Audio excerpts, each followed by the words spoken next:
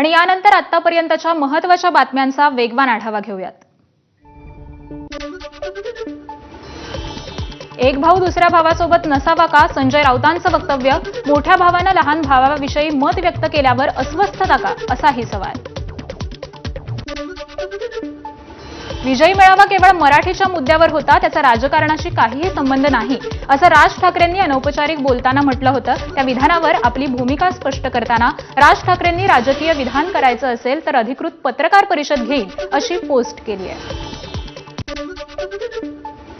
एकीकडे अधिवेशनात राणे विरुद्ध ठाकरेंमध्ये राजकीय सामना सुरू असताना दुसरीकडे राणेंच्या विभागाच्या जाहिरातीला सामनामध्ये फ्रंट पेजवर जागा मिळाली आहे।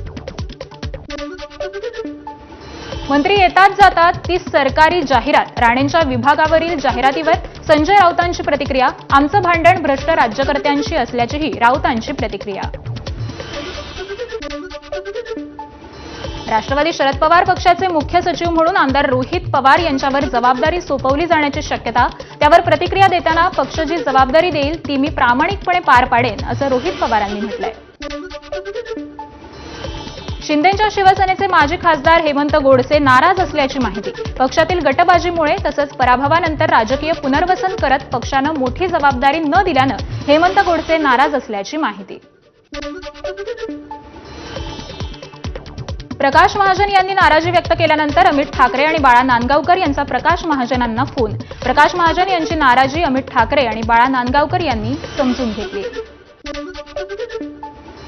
अहिल्यानगर महापालिकेत 776 रस्त्यांच्या कामात तब्बल 300 ते 400 कोटींचा घोटाळा। खासदार संजय राऊतांचा आरोप। मुख्यमंत्र्यांना लिहिलं पत्र। घोटाळ्याला राजकीय संरक्षण मिळत असल्याचा पत्राद्वारे आरोप। जिल्हा प्रमुख पद विकणं आहे, किंमत 10 ते 25 लाख। चंद्रपूरमध्ये वरोरा आणि भद्रावती शहरात लागले पोस्टर। राजकीय चर्चांना उधाण। कालच ठाकरेंच्या शिवसेनेच्या रवींद्र शिंदेंचा भाजपमध्ये प्रवेश। चंद्रपूर जिल्ह्यातून तेलंगणा राज्यात गेलेली 14 गावं पुन्हा महाराष्ट्रात समाविष्ट होणार। हे गावं महाराष्ट्रात सामील करून घेण्याचे मुख्यमंत्र्यांचे निर्देश। या निर्णयामुळे अनेक वर्षांपासून प्रलंबित असलेला सीमा भागावरील गावांचा प्रश्न मार्गी लागणार। राज्यात तुकडाबंदी कायद्याचा फॉर्म्युला ठरला। तालुक्यात जिथे रहिवासी क्षेत्र झालं तिथे तुकडाबंदी कायदा निरस्त होणार। महसूल मंत्री चंद्रशेखर बावनकुळेंची माहिती। या निर्णयाला 1000 चौरस फुटांपर्यंतच्या प्लॉट धारकांना हा फायदा होणार आहे। पावसाळी अधिवेशन संपायला केवळ 3 दिवस शिल्लक। मात्र अद्याप विधानसभेच्या विरोधी पक्षनेत्याची निवड नाही। त्यामुळे या अधिवेशनात तरी विरोधी पक्षनेता मिळणार का असा सवाल उपस्थित।